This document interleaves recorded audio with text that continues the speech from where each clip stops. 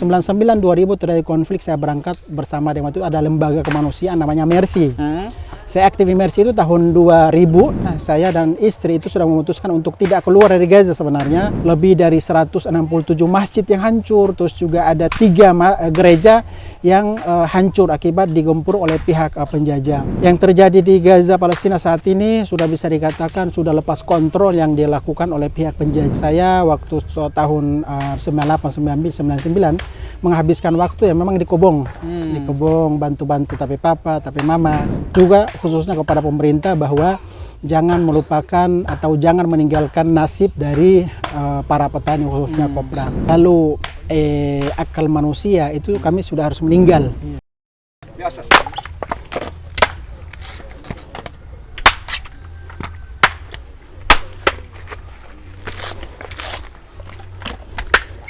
Ini teman-teman, saya sedang berada dengan para petani kopra di Kecamatan Galela, tepatnya di Desa Simau. Nah teman-teman nih, setelah saya cari informasi, ternyata sejak beberapa hari terakhir ini harga kopra di Galela itu harganya sangat jatuh dan tidak bisa diandalkan sebenarnya.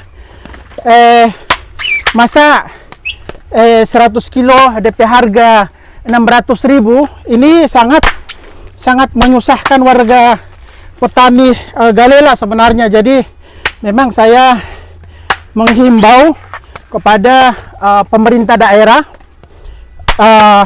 gubernur, wakil gubernur, bupati, wakil bupati, itu jangan lupa untuk memperjuangkan nasib dari para petani ini, karena ini mereka menjadi urat nadi Maluku dan Maluku Utara. Jadi coba kesnai sedikit lah DP harga. Kesnai sedikit DP harga kah? Kasihan kan? Cuman habis panen, itu kata mereka. Habis panen jalan-jalan maksudnya tidak ada uang yang bisa diharapkan. Baik itu akan dimanfaatkan untuk anak mereka sekolah atau kuliah.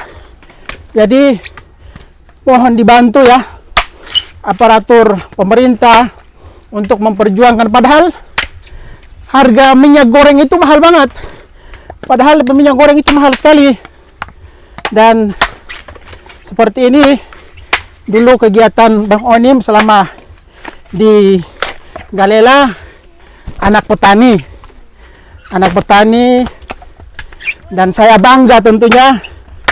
Saya bangga memiliki keluarga saya, orang tua saya sebagai seorang buruh tani dan nelayan. Ya, masih bisa kan?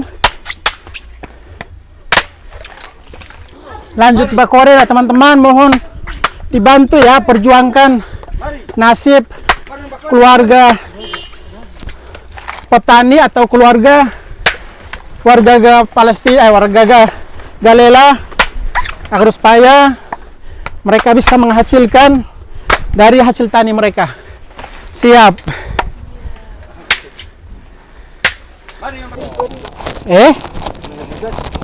Masih bisa. Yang penting konsumsi lancar teh.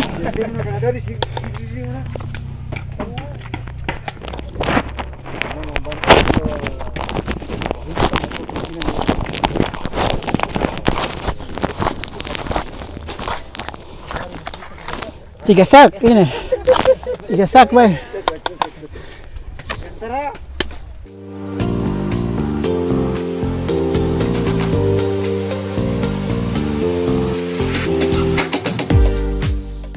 Assalamualaikum warahmatullahi wabarakatuh. Selamat datang di Bang Onim Podcast.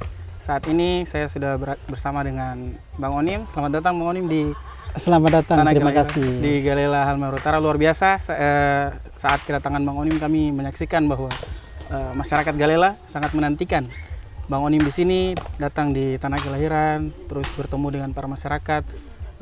Kami juga melihat bahwa masyarakat Galela luar biasa mendukung Palestina. Alhamdulillah. Sangat berapi-api lah, dimanapun selalu mendoakan dan mendukung Bang Onim dan keluarga. Alhamdulillah.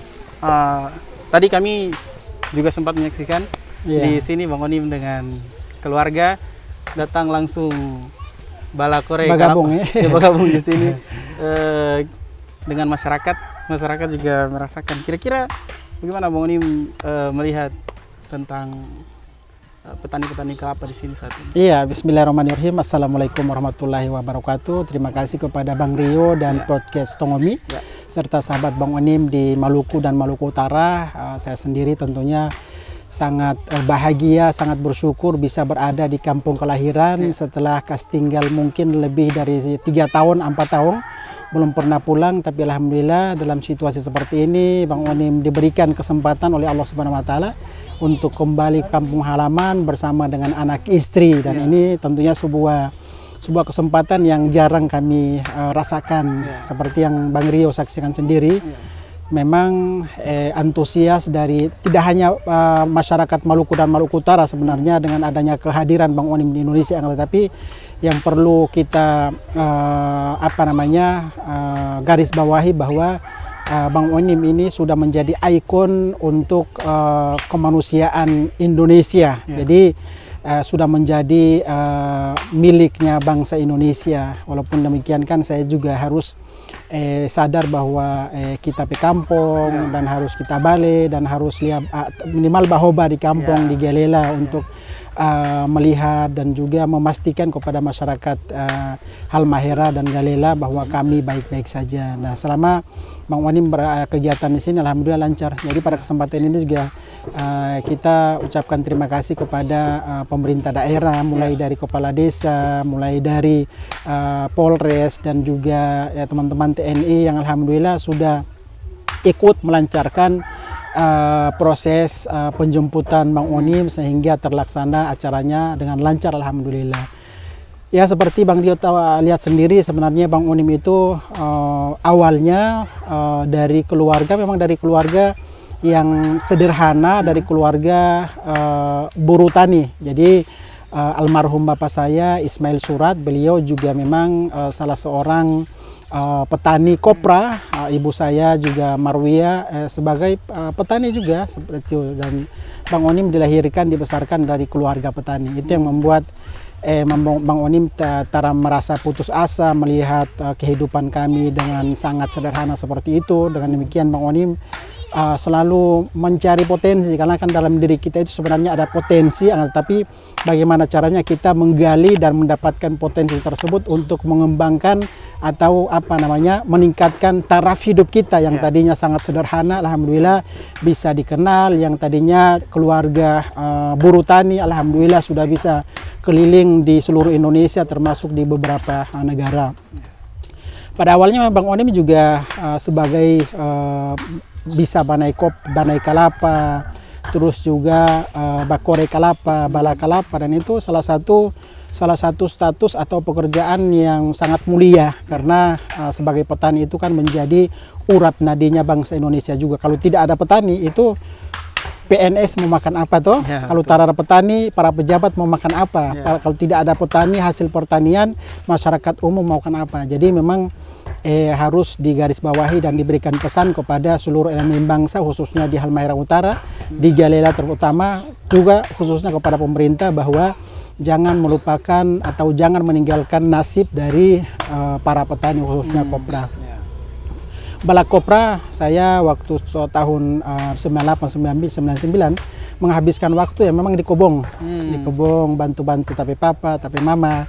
Ya, dari situ alhamdulillah bisa bayar uang kuliah. Tapi setelah saya lihat sendiri bagaimana tadi dari para petani kopra juga sempat mengeluh dan mengatakan bahwa hasil dari pertanian kopra ternyata tidak bisa diandalkan. Tidak bisa diandalkan. Masa 100 kg hanya dihargai dengan harga Rp600.000. Sedangkan harga beras berapa sekarang yang 25 kilo? 450. So habis. Harga tarigu berapa sekarang? So habis, tidak cukup dengan 100 kg kopra. Jadi dengan begini ya, kita juga melihat harga pasar saat ini kan kelonjakan harga dari minyak goreng toh. minyak goreng di harga tinggi tidak sebanding dengan hasil pertanian kopra dari para petani khususnya yang berada di Halmahera Utara. Jadi saya sendiri sebagai anak petani, buruh tani berasal dari Halmahera Utara menghimbau kepada pemerintah daerah, gubernur, wakil gubernur, bupati yang memang mereka punya punya kebijakan untuk bisa memperjuangkan. Insya Allah saya juga yakinlah para pejabat bisa memperjuangkan sehingga harga kopra bisa didongkrak agar supaya bisa naik lagi harga kopra tersebut. Dan alhamdulillah sekarang sudah tiba di Galela, Halmahera Utara, pi di Tolonuo, terus baru dari Tobelo, terus pi di Tanjung Bongo, terus tadi baku dapat yang tompe keluarga yang sedang panen kopra. Alhamdulillah mengingatkan atau ada memori tersendiri yang mana Bang Onim dulu sebagai anak desa, anak di pelosok Indonesia Timur, dan alhamdulillah saya sendiri pun tidak akan melupakan latar belakang saya sebagai orang tua dari buruh tani, dan saya juga waktu itu sempat bapiara sapi, bapiara kambing, dan itu salah satu proses dalam kehidupan kita. Jadi tidak bisa memilih atau memilah, yang penting kita proses saja dulu, nanti ujung-ujungnya Allah Subhanahu wa taala yang menentukan apakah kita nanti seperti ini, itu urusan nomor ke-1000 lah. Seperti itu. Luar biasa memang mendengar cerita dari Bang Onim ketika orang tahu bahwa dulu memang sama-sama berbala. Ini bisa minum ya? Bisa. Bismillah. Jadi sama-sama berbala kelapa dan juga menikmati masa mudanya di sini juga sebagian. Terus habis itu orang ingin tahu sedikit tentang apakah ada cerita bagaimana Bang Onim bisa sampai di Palestina? Saya ingin mulai dari situ. Iya, benar. Saya ingin tahu. Jadi sempat terjadi lembaran hitam di Maluku dan Maluku Utara yang kita kenal dengan konflik antar keluarga waktu itu 99 sampai dengan 2000, dan saya masih berada di sini waktu itu, dan setelah saya melihat setelah konflik itu tidak ada masa depan. Yang namanya terjadi konflik atau peperangan itu tidak ada yang dimenangkan atau tidak ada yang dirugikan, bahkan lebih muncul ada yang dirugikan. Itulah terjadi peperangan. Makanya jangan sampai deh terjadi konflik seperti tahun 99 2000 yang rugi itu orang sendiri, tapi masa depan dari generasi tidak jelas. Saya sendiri nih kalau contohnya 99 terus saya tarabarani untuk merantau ke Jakarta, itu sekarang mungkin kehidupan saya seperti nasib keluarga kita yang harga kopranya itu cuma 600.000, itu tidak bisa berbuat apa-apa, akhirnya di bawah garis kemiskinan. Mohon maaf nih, ini di belakang kita keluarga kita para petani kopra itu mereka hidup di bawah garis kemiskinan. Itulah makanya mereka punya lahan yang sangat luas, kekayaan luar biasa, tapi sangat disayangkan sebenarnya dengan nasib mereka seperti itu. 99 2000 terjadi konflik, saya berangkat bersama dengan itu ada lembaga kemanusiaan namanya Mercy.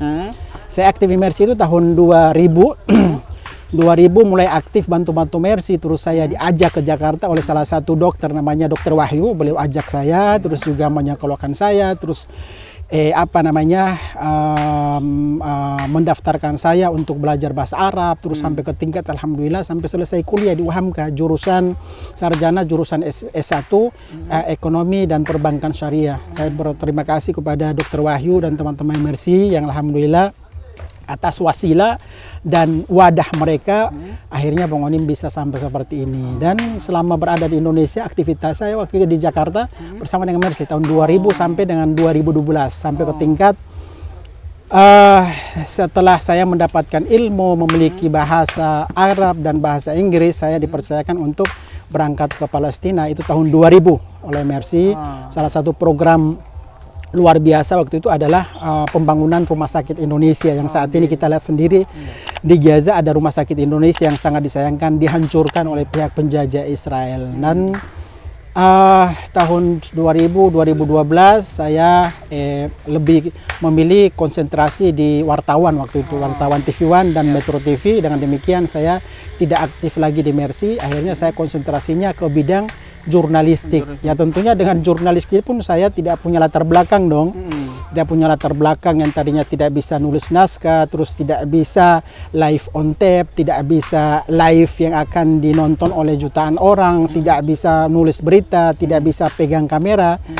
Tapi ya karena dalam situasi Gaza seperti itu, mau tidak mau harus menggali potensi dalam diri. Jadi bisa dikatakan Gaza yang merubah karakter Bang Onim, yang tadinya tidak bisa berbuat apa-apa, tidak bisa melakukan apa-apa. Alhamdulillah sekarang sudah menjadi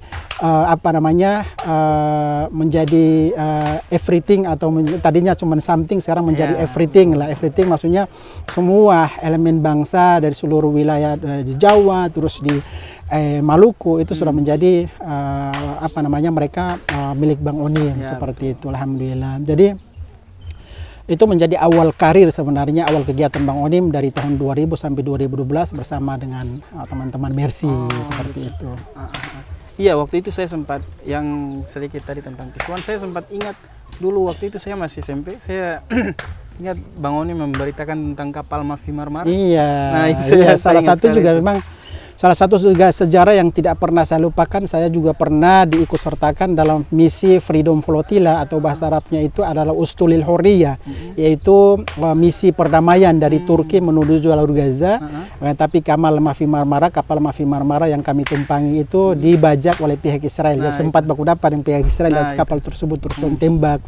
Itu salah satu pengalaman yang memang bisa dikatakan tidak akan saya lupakan. Waktu itu memang masih sama Mercy waktu itu, tahun 2010, bulan Mei tahun 2010. Jadi alhamdulillah berbagai pengalaman selama menjalankan misi kemanusiaan baik di Indonesia maupun luar negeri itu semakin menambah ilmu saya, semakin menambah pengalaman saya, semakin menambah wawasan saya untuk lebih menggali lagi dan juga meningkatkan potensi dan kemampuan dalam diri saya, seperti itu. Jadi salah satu hal yang paling saya rasa harus digarisbawahi adalah orang harus bisa keluar dari krisis ya. Ketika Bang Onim mendapat ada krisis-krisis yang terjadi saat tadi diceritakan, itu berbagai hal, cara-cara yang dilakukan itu sangat terlihat bahwa Bang Onim sangat bisa untuk keluar dari krisis. Iya, benar sekali. Ada tips dan triknya kira-kira? Harusnya sebagai seorang generasi muda yang tinggal di Indonesia paling timur itu harus berani untuk merantau. Kalau tidak merantau itu akan mendapatkan pengalaman cuma di situ-situ saja. Umpamanya istilahnya seperti kapal, kalau tidak bisa dilayarkan itu akan jadi bakarat dan akan tenggelam kan, bocor. Itu karena salah satu jam terbangnya cuma situ-situ aja. Jadi kalau contohnya teman-teman generasi yang ada di Halmahera Utara, jangan takut untuk merantau.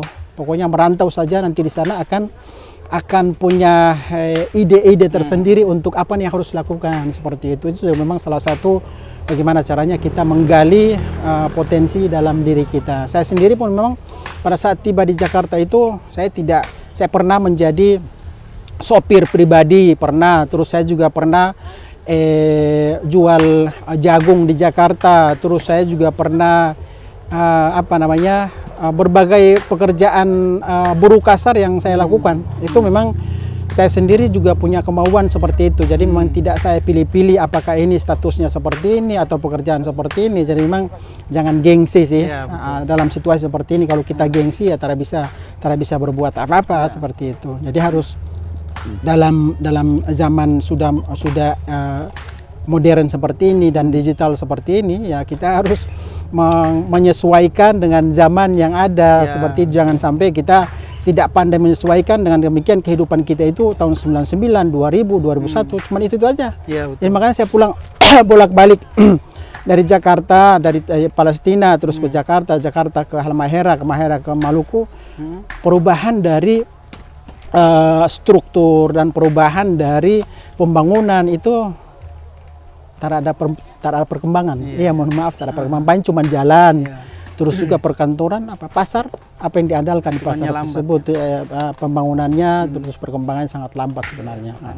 Itu juga ya, memang karena memang penting sekali sebagai orang muda itu harus bisa tambah wawasan, harus jangan gengsi dan lain-lain. Benar sekali. Gitu. Sehingga nantinya orang bisa lebih tahu dunia lah setidaknya istilahnya. Tahu dunia yang ini masalah tepuk tangan Malopo ini yang setelah berapa tahun antara bisa balakalap ini Malopo terus masih Totofore. Terus maka saya bilang nih kehidupan atau jalan hidup yang dilalui oleh para petani itu sebenarnya tidak mudah seperti itu. Jadi mudah-mudahan dengan adanya podcast apa namanya Tongomi ini, Tongomi, ya. Tongomi Podcast dari sahabat Bang Onim. Nanti Bang Onim juga akan publish di Instagram dan YouTube Bang Onim. Alhamdulillah satu YouTube 1,8 juta subscriber, yang satu lagi 600 ribu, terus satu lagi 70 ribu. Ada beberapa akun TikTok yang saya kelola. Jadi dari TikTok tersebut saya bisa hidup. Alhamdulillah, itulah makanya saya bilang harus menggali potensi dalam diri, harus dan berani untuk keluar dari circle yang ada di sini, untuk keluar, untuk mencari pengalaman terbaru, ilmu terbaru, kehidupan terbaru yang nantinya akan mendapatkan kehidupan baru juga dengan adanya kemauan untuk merubah diri tersebut. Ya, sedikit saya ingin tanyakan tentang seperti apa situasi Palestina terkini. Iya, Media saya sendiri memang berada di Palestina itu sejak tahun 2008. Akhir 2008 berada di Palestina di Gaza, dan pergantian tahun 2009 pun masih ada di jalur Gaza. Setelah itu saya kembali lagi dan dikirim lagi untuk misi selanjutnya, yaitu pembangunan rumah sakit Indonesia. Akhirnya kami dijebloskan ke dalam penjara Israel. Waktu kapal Mafi Marmara tersebut kan Bang Oni masuk penjara Israel, penjara Israel. Setelah itu masuk lagi setelah tragedi Mafi Marmara, masuk bulan Mei, dan mulai 2010 tersebutlah Bang Onim sudah harus mengambil keputusan apakah Bang Onim akan bolak-balik Indonesia Palestina, ataukah pulang untuk stay di Indonesia, ataukah kembali ke Palestina dan tinggal selamanya di Palestina. Itu juga memang keputusannya tidak mudah kan? Tidak mudah sebagai seorang relawan, itu juga tidak mudah. Dan selama 2008 sampai dengan 2023 itu saya sudah melihat langsung, mengalami langsung yang namanya terjadi peperangan antara pejuang Palestina dengan pihak penjajah Israel.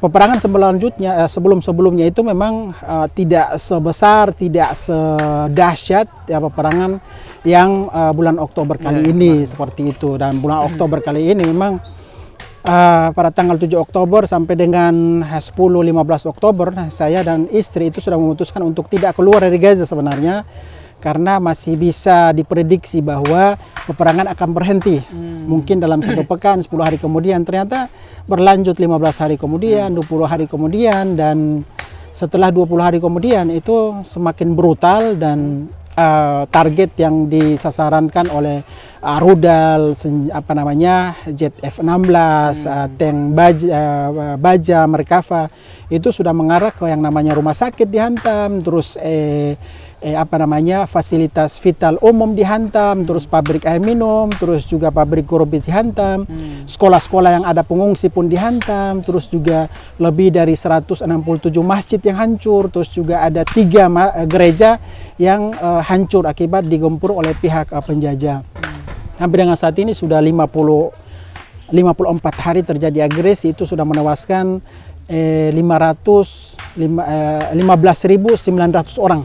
Informasi tadi malam saya dapatkan dari tim Bang Onim di Palestina, 15.900 orang yang meninggal dunia, dan yang cedera sudah 46.000. Itu jumlahnya yang sangat banyak. Itu yang ketahuan.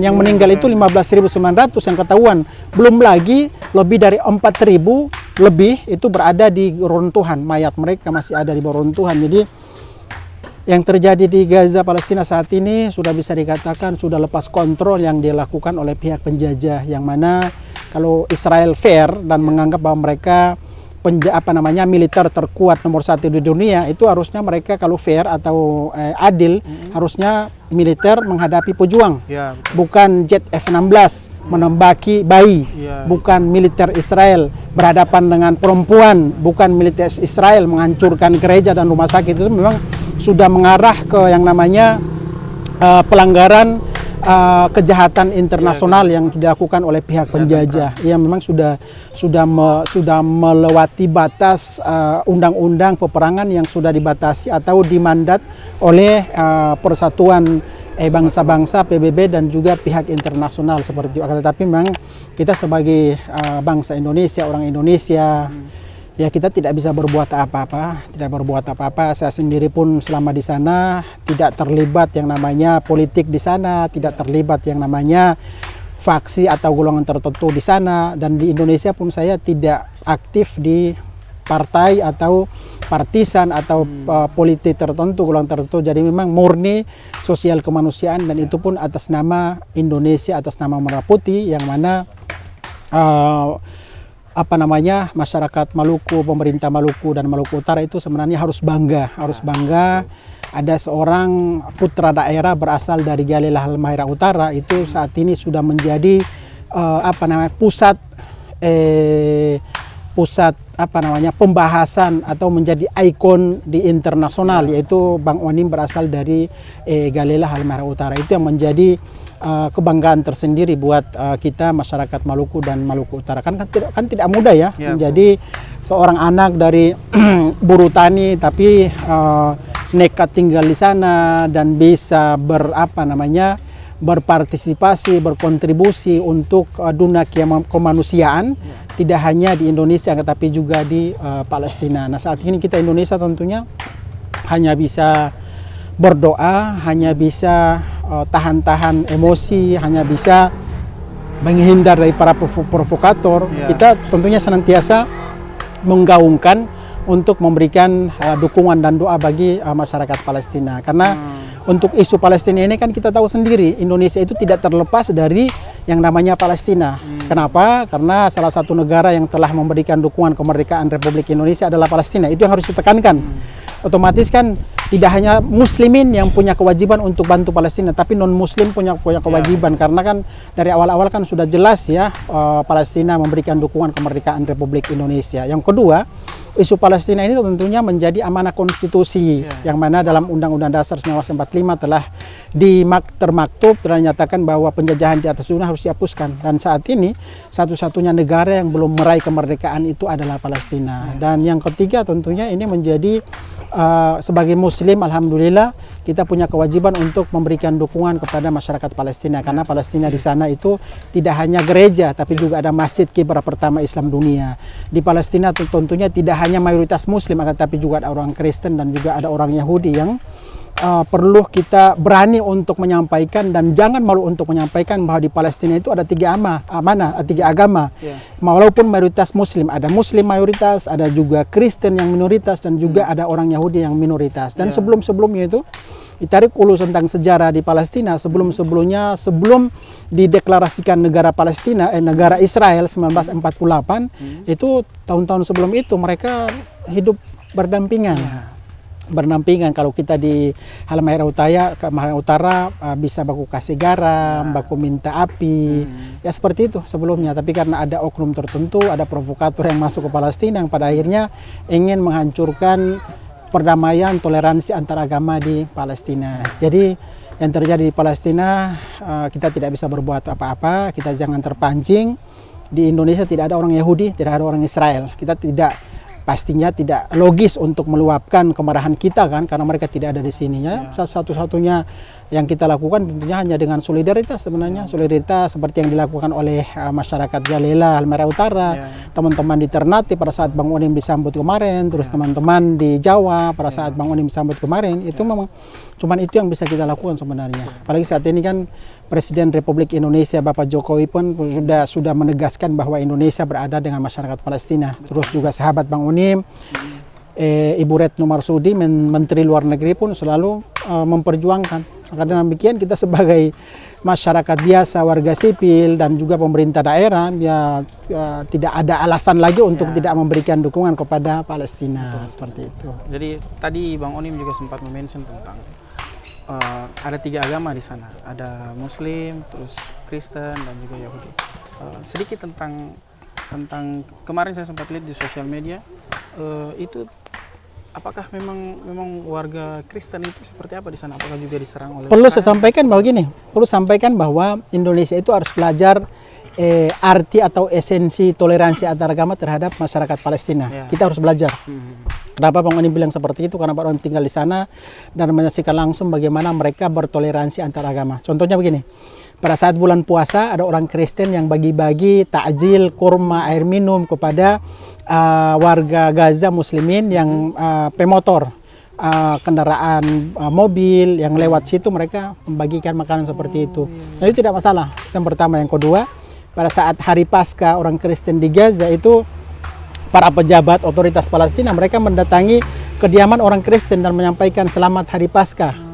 Itu yang terjadi di sana. Jadi memang di sana itu tidak ada gesekan yang namanya perang agama antara Islam atau Kristen, tidak seperti itu. Tetapi memang Islam, Kristen, Yahudi pro Palestina itu mau dihabisi oleh pihak Zionis Israel. Itu yang realitanya seperti itu.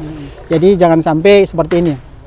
Jangan sampai ada narasi muncul dengan adanya peperangan Gaza saat ini, oknum tertentu yang tidak mengikuti dan tidak memahami tentang sejarah Palestina, itu mereka berkomentar bahwa jika tidak ada penyerangan atau peperangan oleh pejuang Palestina terhadap Israel, maka tidak akan terjadi pembunuhan Israel terhadap warga Gaza. Itu tidak benar. Tidak benar seperti itu, karena kita tidak boleh berpatokan tentang isu Palestina, tidak boleh berpatokan kepada bulan Oktober saja. Tapi sebelum bulan Oktober, sebelum tahun 2023, 2022 terjadi pembantaian, 2021 terjadi pembantaian, 2020 sebelumnya itu terjadi pembantaian yang dilakukan oleh pihak penjajah, pengambil alihan tanah, aneksasi, terus juga pengambil alihan rumah, terus juga pembunuhan. Itu yang terjadi terhadap masyarakat Palestina dilakukan oleh pihak penjajah Israel. Seperti saya menyaksikan sendiri bagaimana para petani Gaza yang beraktivitas di lahan mereka dibunuh oleh pihak Israel hampir setiap hari. Itu yang pertama. Yang kedua, para nelayan mereka mencari ikan di laut pantai Palestina, itu mereka dibunuh. Itu hampir setiap hari. Nah, itu kenapa tidak dipertanyakan, yang pada akhirnya kan masyarakat Gaza, Palestina pun mereka berpikir bahwa kami punya harga diri, kami juga punya keberanian, kami juga mampu untuk melakukan perlawanan. Akhirnya kan terjadi perlawanan seperti itu, yang pada akhirnya muncul mereka itu teroris. Tidak benar seperti itu, mereka bukan teroris, tapi mereka membela dan juga memperjuangkan hak-hak mereka, yang pada akhirnya dicap sebagai teroris, kan itu tidak benar seperti itu. Jadi yang terjadi di Palestina, ya kita jangan digiring opini kita bahwa jika tidak terjadi penyerangan bulan Oktober tersebut, maka tidak akan terjadi pembunuhan terhadap masyarakat Gaza. Jadi sekarang ini sudah mulai brutal sebenarnya apa yang dilakukan oleh Israel, dan itu sudah menjadi bukti di media sosial kan, 24 jam disiarkan anak-anak, bayi dibantai, perempuan dibantai. Kita tidak melihat, bahkan jarang sekali, sedikit sekali kita melihat ada pejuang Palestina yang meninggal. Mayoritas itu 99% ternyata bayi, terus anak-anak, terus wanita. Kalau tragedi ini berlangsung terus, otomatis kan saya juga yakin bahwa semua agama pasti akan mengutuk dan menolak pembantaian dan pembunuhan. Tentunya seperti itu dong, apalagi kalau kita sebagai umat Islam pasti dilarang atau diharamkan untuk membunuh anak-anak atau bayi. Itu bayi loh, itu bayi yang mereka punya nyawa, tapi di mata Israel itu mereka tidak ada harganya sama sekali, seperti itu. Jadi saya sendiri, teman-teman Maluku dan Maluku Utara, masyarakat Indonesia memberikan dukungan kepada Palestina, itu sudah menjadi langkah yang tepat untuk mengimplementasikan, merealisasikan, mengeksekusi apa yang diajarkan oleh yang termaktub di dalam Undang-Undang Dasar 1945 bahwa penjajahan di atas dunia harus dihapuskan. Jadi pemerintah Indonesia saja menyetujui dan mengakui Palestina kok, ya kan, seperti itu. Jadi ya dalam situasi seperti ini memang ada oknum-oknum tersendiri yang sengaja untuk meredupkan semangat kita untuk tidak peduli terhadap Palestina, seperti itu. Memang seperti itu yang orang harus perhatikan juga. Dan salah satu bentuk dukungan dari masyarakat Galela dan juga Indonesia tentunya itu adalah dengan memberikan bantuan-bantuan ke Palestina. Juga saya tahu Bang Onim juga punya yayasan dan punya NPC kalau tersalah, Nusantara Palestina Center. Itu sedikit saya ingin tanyakan tentang apakah bantuan-bantuan tersebut juga diberikan kepada saudara-saudara kita yang Kristen? Iya, kami NPC itu lembaga filantropi, kepanjangannya Nusantara Palestina Center. Kami punya perizinan legal, kami punya izin dari Kemensos, kami dalam setiap tahun diaudit, karena saya sebagai pendiri dan pembina itu ingin mengedukasi kepada lembaga-lembaga pengumpul dana atau LAZ atau filantropi, bahwa okelah kita bersemangat memberikan dukungan kepada Palestina, tapi kita harus patuh terhadap regulasi yang ada di Indonesia. Yang pertama. Yang kedua, donatur kami di seluruh Indonesia, terutama di Jawa itu tidak hanya muslimin, tapi waktu saya berada di Jakarta kemarin ada salah satu public figure orang Kristen non Muslim yang menyerahkan dana tidak sedikit 500 juta. Beliau non Muslim.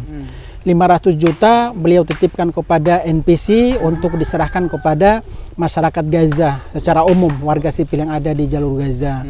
Dan NPC ini kami jadikan sebagai rumah kemanusiaan. Siapapun boleh untuk menitipkan amanah ke NPC tersebut, karena kami hanya menjadi wadah saja agar supaya bantuan tersebut bisa masuk ke sana. Dan NPC itu tidak hanya melakukan program di Palestina, itu perlu digarisbawahi. Prinsip kami itu yang jauh saja kita bantu, apalagi yang dekat di Indonesia. Kami punya Palestina Care dan kami punya Nusantara Care. Nah, Palestina Care itu punya program di Jordania, terus di tepi barat Yerusalem, terus juga orang Palestina yang ada di Indonesia kami bantu, mahasiswa dan juga warga Gaza. Jadi kami walaupun memberikan kepada Gaza, warga Gaza, tapi juga kami tidak melupakan warga Indonesia yang ada, warga Palestina yang ada di Indonesia. Beberapa hari lalu waktu saya di Jakarta juga menyerahkan bantuan 600 juta untuk mahasiswa Palestina yang ada di Indonesia. Itu tahap pertama. Tahap kedua pun alhamdulillah 200 juta untuk mahasiswa Palestina yang ada di Jakarta. Jadi memang harus seperti itu. Jangan sampai konsentrasi kita hanya ke Gaza, kita lupa dengan pengungsi yang ada di Jordania, kita lupa dengan masyarakat Palestina yang ada di sedang studi di Indonesia. Nah, bantuan-bantuan dari masyarakat Indonesia melalui NPC kami serahkan kepada warga Gaza, dan sebelum Bang Onim keluar dari Gaza kemarin itu sudah kami alokasikan, sudah Bang Onim rencanakan untuk bertemu dengan orang Kristen yang ada di Gaza. Mereka, gereja mereka sudah hancur, mereka harus mengungsi, tentunya mereka juga butuh dukungan doa dan juga butuh bantuan air minum dan juga makanan. Makanya sebelum keluar dari Gaza sudah saya arahkan kepada tim Bang Onim agar supaya bisa memberikan bantuan juga kepada orang Kristen yang ada di jalur Gaza. Karena ini kan yang namanya isu Palestina ini kan tidak jauh dari isu kemanusiaan. Tapi Bang Onim sendiri itu dalam beraktivitas memang murni sosial kemanusiaan. Jadi prinsip saya itu, kalaupun di depan Bang Onim ada orang Yahudi, ada orang Israel yang sudah meminta ampun, itu orang pertama yang harus kita bantu adalah orang Israel tersebut. Itu dalam Islam kita diajarkan seperti itu. Jadi bukan membabi buta ya. Bukan membabi buta yang kita kedepankan, itu orang yang sudah yang harus dibantu ya kita bantu dengan tidak mempertimbangkan rasnya atau golongannya atau agamanya atau keyakinannya. Itu namanya kemanusiaan seperti itu. Jadi memang luar biasa ya bantuan-bantuan yang diberikan dan juga dukungan-dukungan yang diberikan oleh masyarakat dan juga oleh NPC. Nah, juga terkait saya sedikit ingin membahas tentang seperti apa saya lihat Bang Onim video yang keluar dari garis evakuasi dari Gaza itu tuh luar biasa. Saya tak bisa bayangkan. Saya sama anak istri itu selamat dari maut sebenarnya. Jadi sebenarnya kami di Gaza itu sebenarnya kalau akal manusia itu kami sudah harus meninggal. Karena kan rudal, hujan bom, hujan rudal dengan dahsyatnya seperti itu yang menjadi korban ribuan warga Gaza yang harusnya kami juga sudah ikut meninggal dunia. Tapi alhamdulillah Allah Subhanahu wa taala memberikan keselamatan, melindungi kami yang pada akhirnya pada saat evakuasi pun memang itu detik-detik di mana kayaknya saya dan anak istri itu akan meninggal di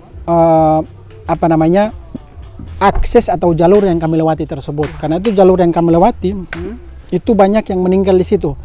Jadi siapapun warga Gaza yang melewati jalan di perairan Gaza di kota Gaza itu pasti meninggal dunia 99%. Dan itu kami harus melewati jalur tersebut. Dan pada saat melewati jalur tersebut memang kami melewati jasad anak-anak, wanita itu di jalan bergeletak seperti itu.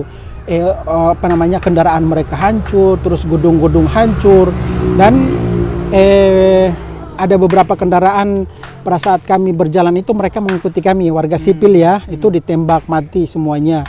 Yang di depan juga setelah mereka lewat 5 menit kemudian itu ditembak mati. Jadi hanya kendaraan Bang Onim dan keluarga yang ada dalam mobil tersebut, hanya kami itu melewati perjalanan tersebut. Itu sempat ditembak juga oleh pihak Israel, sempat ditembak, dan saya sendiri berpikiran bahwa kayaknya selesai nih meninggal di sini, karena kan yang namanya ditembak itu kan bukan tidak hanya sniper dong, tapi juga dari rudal, dari angkatan laut, dan memang detik-detik yang mana kayaknya akan bertemu dengan Allah Subhanahu wa taala. Tapi alhamdulillah setelah kami melewati penembakan tersebut, Allah Subhanahu wa taala melindungi kami, menyelamatkan kami yang kami sendiri pun sebenarnya tidak percaya bahwa kami selamat.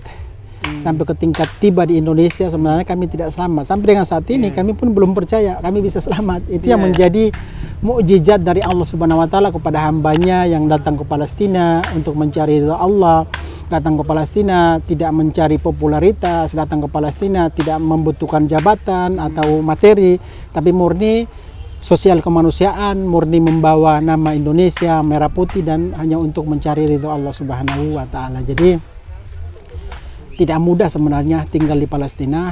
Jadi hanya hamba pilihan yang bisa diantarkan oleh Allah Subhanahu wa taala untuk tinggal di Palestina, dan hanya izin Allah Subhanahu wa taala mereka bisa bertahan di Palestina. Dan tentunya ini sudah menjadi takdir Allah Subhanahu wa taala bahwa sampai dengan saat ini ada ribuan, belasan ribu yang meninggal. Itu sudah menjadi takdir dari Allah Subhanahu wa taala. Itu memang itu mereka yakini. Dalam setiap mereka yakini bahwa dalam setiap meraih kemerdekaan harus ada yang dikorbankan. Seperti ibu-ibu, mereka mengorbankan putra-putrinya. Ibu-ibu kehilangan suami, suami kehilangan istri, bapak kehilangan anak-anak. Itu sudah menjadi apa ya?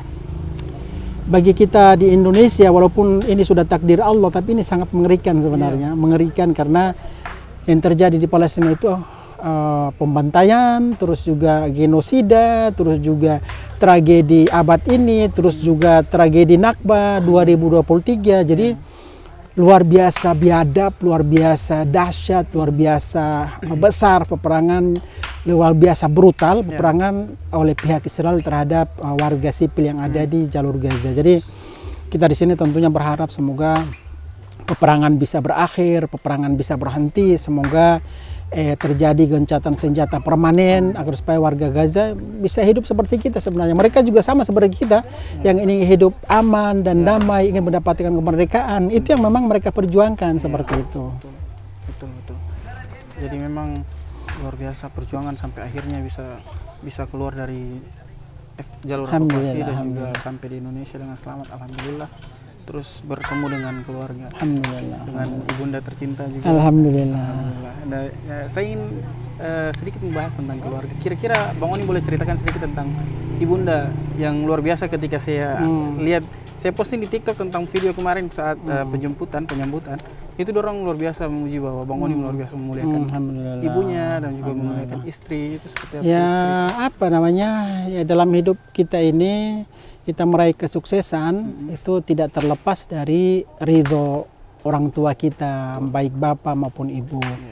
Dan Bang Onim bisa seperti ini itu tentunya kalau tidak ada doa, tidak ada ridho dari Allah dan tidak ada ridho dari ibu, itu pasti tidak bisa seperti ini. Makanya apapun yang saya raih, apapun yang saya alami, apapun yang saya jalankan itu 100%, 1000% tidak terlepas dari doa ibu. Saya manusia biasa yang punya kelemahan, yang tentunya ibu saya pun sangat memahami kegiatan atau aktivitas putranya di Palestina, murni untuk sosial kemanusiaan. Itu yang memang luar biasa sih, seorang ibu yang tangguh, yang usianya sudah lebih dari 70 tahun, tapi dengan adanya mendengar atau melihat peperangan di sana, selalu mengangkat kedua tangan, putraku ada di sana, dan saya titipkan putraku untuk dilindungi, untuk engkau lindungi ya Allah. Itu tidak.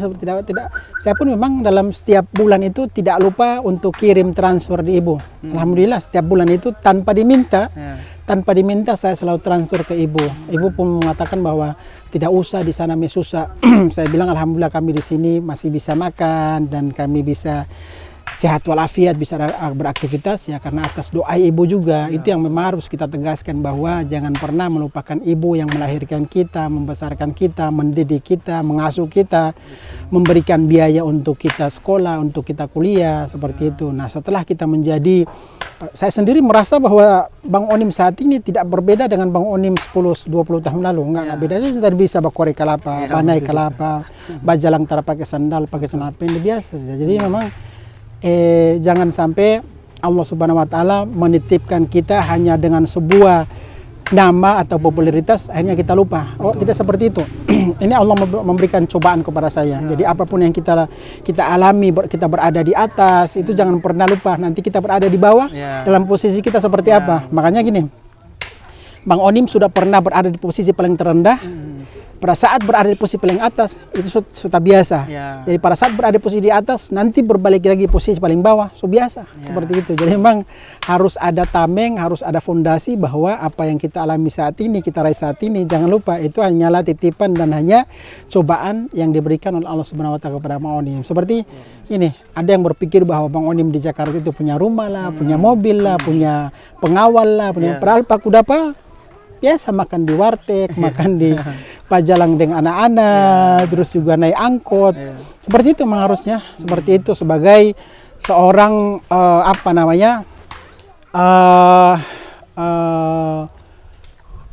sebagai seorang aktivis kemanusiaan, memang harus seperti itu. Jangan sampai kita merasa seorang aktivis kemanusiaan terus ingin diistimewakan, kan? Seperti itu. Saya kan berkali-kali dari Jakarta ke Ternate ke Galela, biasanya naik angkot.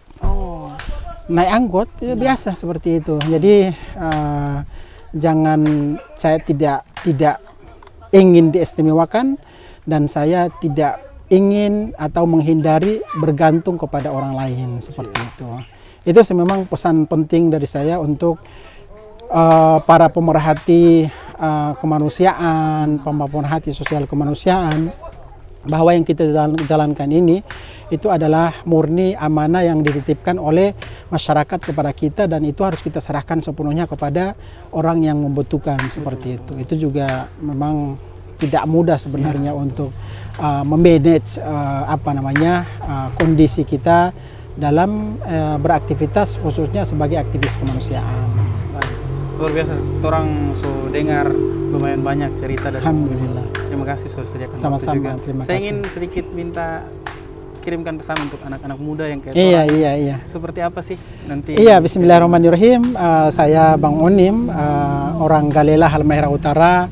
Pada kesempatan ini kita ada di Desa Simau. Di belakang kita adalah keluarga kita yang sedang berjuang, para petani kopra sedang berjuang, yang mereka di bawah garis kemiskinan untuk bangkit dan untuk memberikan nafkah kepada keluarga mereka. Nah, saya sebagai keluarga dari buruh tani menghimbau kepada pemerintah pusat, Bapak Gubernur, Wakil Gubernur, Bupati, Wakil Bupati, agar supaya bisa memperjuangkan nasib dari para petani, khususnya petani kopra yang ada di jalur Gaza, karena harga kelapa di Halmahera Utara sangat murah dan itu tidak bisa menopang perekonomian dari para petani. 600.000 rupiah 100 kg itu hanya habis bayar utang. Dengan demikian saya menghimbau, memohon semoga bisa dipertimbangkan. Selanjutnya, dengan adanya isu tragedi pembantaian di Gaza saat ini, saya tentunya menghimbau dan mengajak kepada seluruh elemen bangsa yang ada di Maluku Utara, Halmahera Utara, khususnya di Galela, seluruh keyakinan tentunya baik muslim maupun non-muslim, orang Kristen, kita bergerak untuk memberikan doa dan dukungan itu dari sisi kemanusiaan. Karena yang kita doakan dan kita bantu tidak hanya muslim walaupun mayoritas muslim yang ada di Palestina, tapi jangan lupa bahwa di sana ada orang Kristen, ada masjid, ada gereja. Dengan demikian sudah tidak punya alasan lagi untuk beralasan tidak peduli karena itu bukan urusan kami atau bukan negara kami, karena ini isu Palestina dari pemerintah pusat pun sudah bagara, undang-undang pun sudah mencantumkan bahwa penjajahan di atas dunia harus dihapuskan.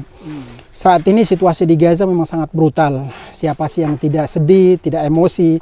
Kalau kalian paling emosi, tentunya Bang Onim juga paling emosi sebenarnya. Tetapi memang kita harus menahan diri dan juga kita tidak bisa meluapkan karena orang Israel tidak ada di Indonesia, mereka jauh. Betul. Jadi mereka berperang di sini, kita di sini tetap memberikan solidaritas dengan tidak mengurangi rasa hormat kepada teman-teman atau sahabat kita yang lain seperti itu. Jadi silakan bantu Palestina, tapi juga mengedepankan kesatuan, perdamaian, keamanan negara kesatuan Republik Indonesia. Dan tentunya saya sebagai aktivis kemanusiaan yang 14 tahun lebih tinggal di Palestina, Saya berada di Palestina pun murni atas sosial kemanusiaan, atas nama bangsa Indonesia, atas nama Merah Putih, atas nama Maluku dan Maluku Utara, atas nama Muslimin. Dan itu yang memang salah satu pesan yang saya berikan kepada seluruh elemen bangsa, baik itu di Jawa, di Maluku dan Maluku Utara, wabil khusus di Halmahera Utara. Sekali lagi, saya tegaskan bahwa Indonesia memberikan dukungan ke Palestina, ini sudah menjadi amanah konstitusi dan ini sudah menjadi langkah yang tepat karena kita berada di orang-orang atau negara yang sedang terzolimi. Dengan demikian saya mengucapkan terima kasih kepada masyarakat Maluku, Maluku Utara, Ternate, Tobelo, Turus Galela, Morotai, Tolonuo, teman-teman Sofifi juga, yang Tidore juga, dan seluruh Halmahera Utara lah sudah berusaha payah membuktikan kecintaannya untuk masyarakat sipil yang ada di jalur Gaza. Terima kasih. Wassalamualaikum warahmatullahi wabarakatuh. Waalaikumsalam warahmatullahi wabarakatuh. Terima kasih banyak Bang Onim atas waktunya, sudah menyediakan waktu untuk Bang Onim Podcast. Juga jangan lupa saksikan ini di YouTube dan di YouTube Sahabat Bang Onim, YouTube Sahabat Bang Onim, dan juga di Bang Onim Podcast akan tayang. Dan cukup mungkin sampai di sini. Terima kasih yang sudah menonton sampai di sini. Jangan lupa subscribe dan like, comment, and share. Oke. Wassalamualaikum warahmatullahi wabarakatuh. Waalaikumsalam. Terima kasih.